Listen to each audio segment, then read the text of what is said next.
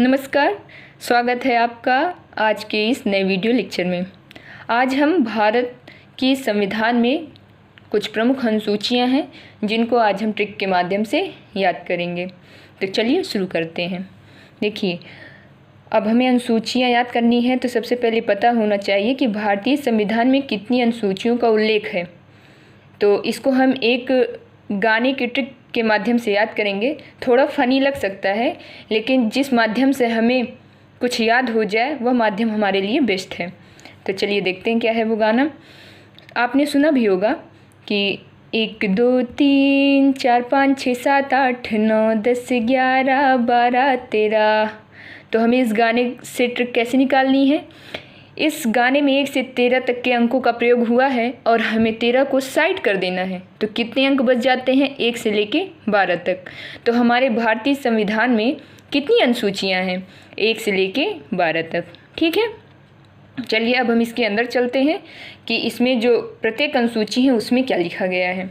चलिए आइए टटोलते हैं। पहली अनुसूची, अब इसे हम ट्रिक के माध्यम से कैसे याद करेंगे। देखिए, पहली अनुसूची में क्या है, भारत के राज्यों एवं केंद्र शासित प्रदेशों के बारे में लिखा गया है। तो अब इसे याद कैसे करेंगे। देखिए ट्रिक, ये पहली लिखा है। पहली अनुसूची में आप पा वर्ड को पकड़िए और पा से देखिए प्रदेश, पा को देखिए और यहाँ आप पा से प्रदेश में आइए। तो हमें क्या मिला, भारत के राज्यों एवं केंद्र शासित प्रदेशों के बारे में अनुसूची ये कहती है। चलिए दूसरी अनुसूची देखते हैं। अब दूसरी अनुसूची को अगर हम द्वितीय अनुसूची लिखें तो आप यहाँ देखिए ता वर्ड आ रहा है। और द्वितीय अनुसूची में क्या लिखा गया है, भारतीय संघ के पदाधिकारियों को मिलने वाले वेतन, भत्ते व पेंशन के बारे में। तो यहाँ से इस ता को आप देखिए और यहाँ पे देखिए वेतन। तो ये ता और ये ता देखिए मिल रहा है ना, वो भी दूसरे स्थान पे, ये भी दूसरे स्थान पे। इसलिए हम द्वितीय से हमें क्या मिल गया, वेतन। और वेतन किसका, भारतीय संघ के पदाधिकारियों को मिलने वाला। तो इस तरह द्वितीय अनुसूची की ट्रिक ये है। चलिए तीसरी की बात करते हैं। तीसरी अनुसूची में लिखा गया है भारतीय संघ के कुछ पदाधिकारियों के शपथ के बारे में। ठीक है, तो अब शपथ से आप देखिए इस वर्ड को आप अपने दिमाग में स्टक कराइए। देखिए तीसरी में ये जो सा है, ये शपथ से इसका सा और ये सा, भले ही ये दंती सा है और ये गोलुआ शाल है, तो इसमें जो है ये सा और ये सा देखिए मिल रहा है ना। तीसरे का ये सा और ये सा से शपथ।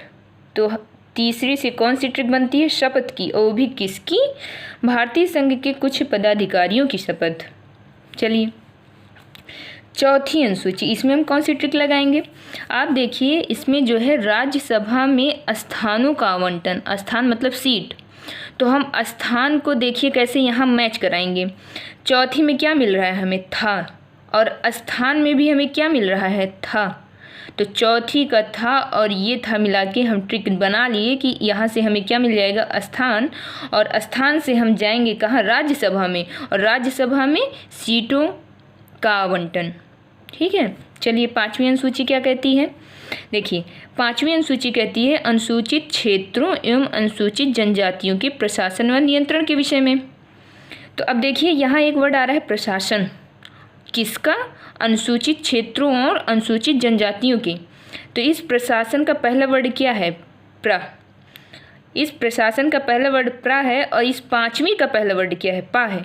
तो इस पा से हम कहाँ पे आ जाएंगे, प्रशासन पे। ठीक है, तो प्रशासन से हमें यह पता चल जाएगा कि पांचवी अनुसूची में अनुसूचित क्षेत्रों एवं अनुसूचित जनजातियों के प्रशासन के विषय में लिखा गया है। ठीक है, चलिए अब हम छठी अनुसूची की तरफ चलते हैं। अब देखिए हमें ट्रिक बनानी है ना, तो हम छठी को क्या लिख सकते हैं, खष्टम भी लिख सकते हैं ना। और छठी अनुसूची में क्या लिखा गया है, 4 राज्य, कौन कौन से, मेघालय, मिजोरम, त्रिपुरा और असम के जनजातीय क्षेत्र का प्रशासन। अब लेकिन हम इसे याद कैसे करेंगे। देखिए खष्टम में एक वर्ड आ रहा है, एक अक्षर आ रहा है माँ, और माँ से आपको 2 राज्य मिल रहे हैं, कौन, मेघालय और मिजोरम।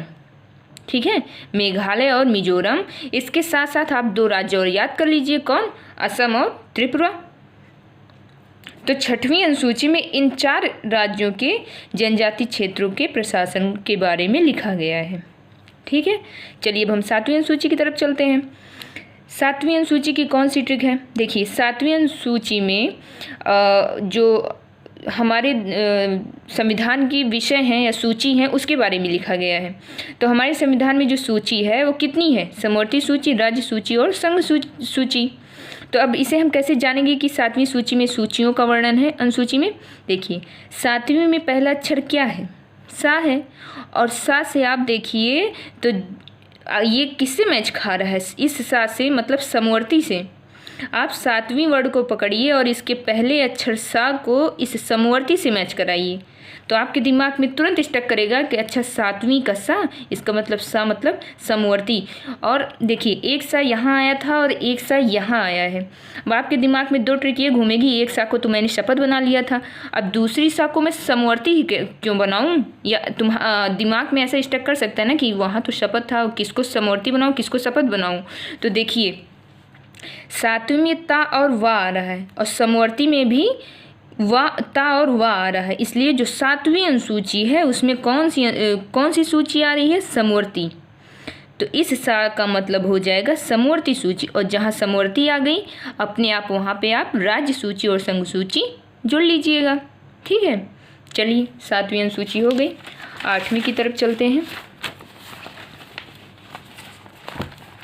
देखिए 8वीं अनुसूची में क्या लिखा गया है? भाषाएं। इसकी तो कोई ट्रिक नहीं मिली, इसे आप याद कर लीजिए। 8वीं अनुसूची में क्या लिखा गया है? भाषा। 9वीं अनुसूची में किस बात को लिखा गया है? भूमि सुधार के बारे में। तो इसको हम कैसे याद करेंगे? देखिए 9वीं से आप नींव याद रख सकते हैं ना। 9वीं और 9वीं का ही कुछ सिमिलर वर्ड देखो, नींव लग रहा है। नींव मतलब देखिए जब कहीं घर बनता है तो सबसे पहले क्या खोदा जाता है? नींव। और नींव कहाँ खोदी जाती है? भूमि में। इसलिए 9वीं अनुसूची से आप कहाँ जाएंगे? नींव पे, और नींव कहाँ बनती है? भूमि पे। तो 9वीं अनुसूची किससे रिलेटेड है? भूमि सुधार से। ठीक है, चलिए आगे देखते हैं कौन सी अनुसूची है? 10वीं अनुसूची। अब 10वीं अनुसूची में दल बदल संबंधी कानून है, लेकिन ये याद कैसे होगा? तो चलिए ट्रिक देखते हैं क्या है। देखिए 10वीं में पहला अक्षर क्या है? द, और द से आप देखिए दल बदल, द से दल, इस द वर्ड को आप दल से मिलाइए, तो 10वीं अनुसूची में दल बदल संबंधी कानून है।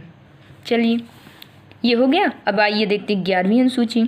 11वीं अनुसूची में आता है पंचायती राज्य व्यवस्था। ये एक ट्रिक ऐसे समझिए कि अगर हम हाई स्कूल पास कर लेते हैं तो घर में पंचायत होने लगती है, सब भाई बहन मम्मी पापा आपस में मिलके बात करते हैं, जिसको हम एज अ पंचायत कह रहे हैं। पंचायत होती है कि अब हमारा बच्चा जो है 11वीं क्लास में जा रहा है, वो कौन सी स्ट्रीम में जाएगा। अब तो नई शिक्षा नीति में स्ट्रीम हटने जा रही है, लेकिन अभी तक क्या होता था कि 11वीं क्लास में जाने पे हमें स्ट्रीम चूज करनी पड़ती थी कि साइंस स्ट्रीम में जाए या आर्ट्स स्ट्रीम में जाए या फिर कॉमर्स लेना। तो 11वीं क्लास में जाने पे घर में क्या शुरू हो जाती थी? पंचायत। तो हम इसी तरह याद करेंगे 11वीं अनुसूची किससे संबंधित है? पंचायती राज व्यवस्था से। ठीक है, चलिए अब बात आती है 12वीं अनुसूची की। तो इसको भी हम, इसकी कोई ट्रिक तो नहीं मिली, इसे हम वैसे ही याद कर लेंगे। देखिए 12वीं अनुसूची में क्या लिखा गया है? नगर पालिका का गठन व शक्तियाँ। तो टोटल कितनी अनुसूचियाँ हुई? 12 अनुसूचियाँ हुई, जिसको कि हमने ट्रिक के माध्यम से याद किया। आज के लिए इतना ही, मिलते हैं नए वीडियो में नई ऊर्जा के साथ, कुछ नए टॉपिक के साथ। तब तक के लिए नमस्कार, जय हिंद।